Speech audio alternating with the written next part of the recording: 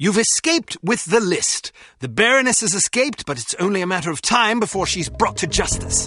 Volkov and Baron Dumas are dead. Meanwhile, Armstrong has vanished, but it seems unlikely that you have anything to fear from him.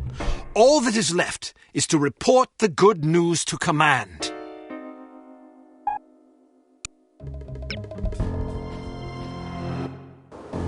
Mr. Jones, please. Whom may I say is calling? Kate Archer. One moment. Archer, you're alive? I suppose I am.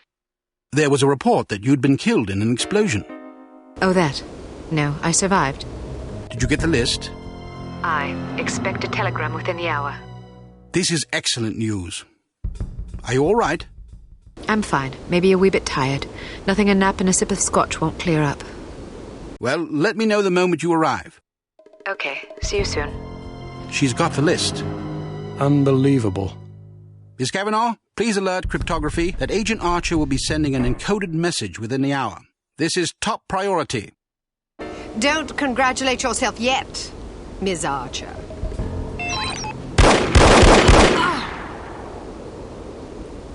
You've won nothing. Yes, well, you've lost everything. Again. Not true, Agent Archer. I still have the satisfaction of knowing that you have failed. But I haven't. We have Dr. Schenker, we have the antidote, and most importantly, we have the names of your intended victims. You still have to deliver the list. Which I shall, just as I shall deliver you to prison where you can accustom yourself to a slightly less opulent lifestyle. Ah, what a sweet fantasy. But it's not meant to be, I'm afraid. Know this, little girl. Harm does not die with me. I think you'll survive your wounds. It's not my wounds you should be worried about. Pardon me. I've got to get everybody off the streets.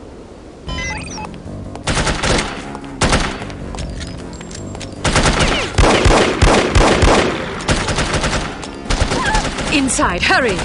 Get off the streets!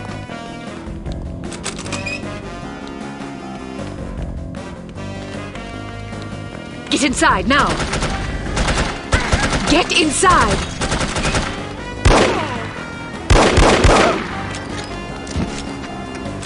Get off the streets!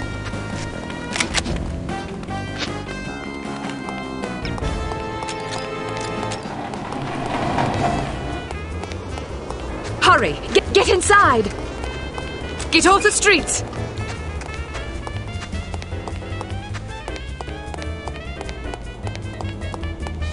Who's there? Get inside, now!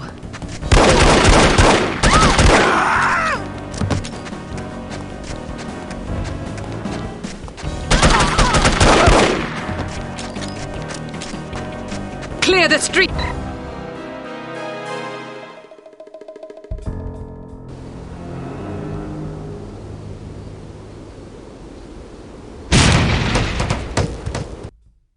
Poor, pathetic creature.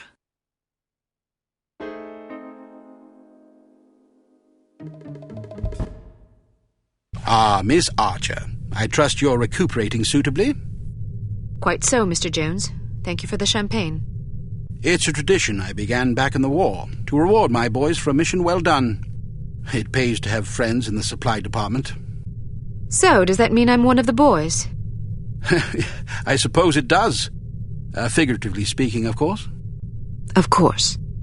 Miss Archer, I realize I have been somewhat abrasive during this ordeal. You've been a belligerent oaf. I hope you can understand that I take our collective purpose very seriously. Although I was highly skeptical of a woman's ability to handle this mission, I am overjoyed to have been proved wrong. You have gone above and beyond the call of duty in this matter, for which we are all indebted to you. I wish we could offer you a proper vacation, but until Unity is full strength again, I'm afraid we can't afford to let you rest. Thank you, sir, but I've waited a long time for a chance like this. I wouldn't dream of going on vacation now. That's the spirit. Well, I'm going to go home and see if my wife remembers me. See you both tomorrow. I'd best be going too. I haven't bathed in 3 days. I imagine I'm a bit ripe. Is this how it ends, then? How what ends? Saving the world. That's what we did, right? Yes, that is what we did. Is it always like this? Weary farewells and shuffling off home for a hot bath and a good night's sleep? A good night's sleep if you're lucky. Yes, Agent Archer, it is always like this. Saving the world is our job, you see. If we do it properly, nobody even knows the world is in jeopardy to begin with. Not a lot of fanfare, I suppose. Just the satisfaction of a job well done. An important job. I like to think so.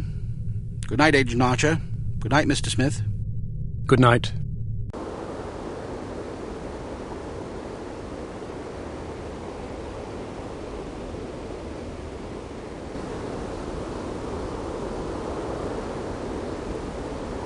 You were right. Last night I slept peacefully for the first time since my father died. How touching. Tom? You owe me more than you can imagine, Ms. Archer. I thought you... You have no idea what I put myself through, and I'm not gonna get a dime for it thanks to you. You're the traitor. Hey, I'm not proud of what I did, but I was gonna get a handsome paycheck as compensation. A very handsome paycheck. Unfortunately, you had to go and blow up my benefactor. Money? You betrayed the entire free world for money? Ah, spare me the self-righteousness. Everybody has a price. Even you. You don't know anything about me. Maybe not, but I've been in this business long enough to see what people are capable of. Anybody can talk about honor and patriotism, but those are just pretty words. When the money's on the table, the right amount of money, you'd be surprised how quickly you can change your tune. Do you honestly believe that? Of course I do. You know what a spy is? It's just some ordinary Joe who's willing to risk his life to sell out his country for a few measly bucks. We rely on these people. That's where most of our information comes from. The difference between them and us, other than our training as operatives, of course, is a price tag. Mine just happened to be about 100 times as much money. And now I get nothing thanks to you. You're forgetting something, Tom. Those spies we recruit aren't patriots, they're cowards. We seek out selfish, hateful little people who place themselves above everyone else. We choose them because they're weak and greedy and arrogant, like you. Touché. Don't you understand what you did? People died because of you. Bruno died because of you. Hey, Volkov killed him, not me. All I did was supply some information. I'm not responsible for how that information was used. We'll see what the court thinks about that. I didn't come here to surrender. Pity for you.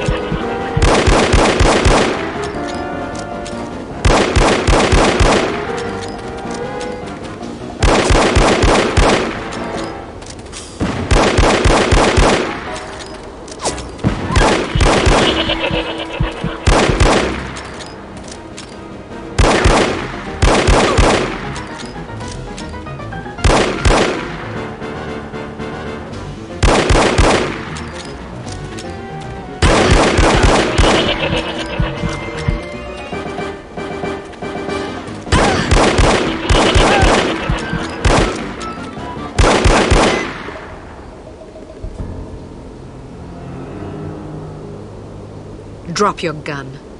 Or what? Are you gonna shoot me in cold blood? If I have to. That's mighty tough talk for a little girl.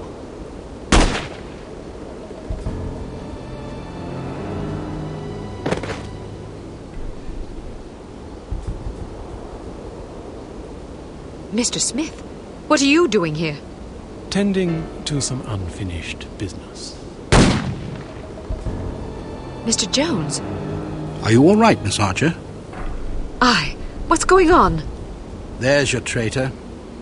You mean Smithy? How long have you known?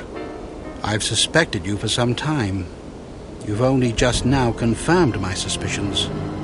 All this time you thought he might be a traitor? Indeed, but I had to be sure. You might have warned Bruno. He did. Bruno? Look out!